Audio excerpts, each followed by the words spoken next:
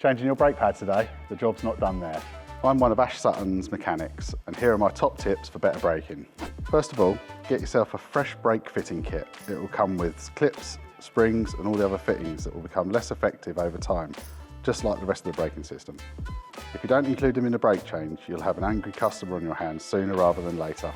Next, if your car's got brake wear sensors, the wear lead is designed to last the life of a brake pad, so you're going to want new leads too. They're small but mighty.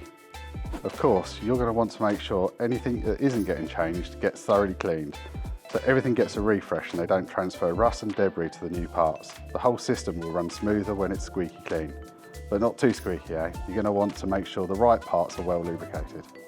Last, but definitely not least, brake fluid. Sometimes it can be topped up, but sometimes it will need to be changed. I'm going to be doing a deep dive on that one next time, so stay tuned. Yeah.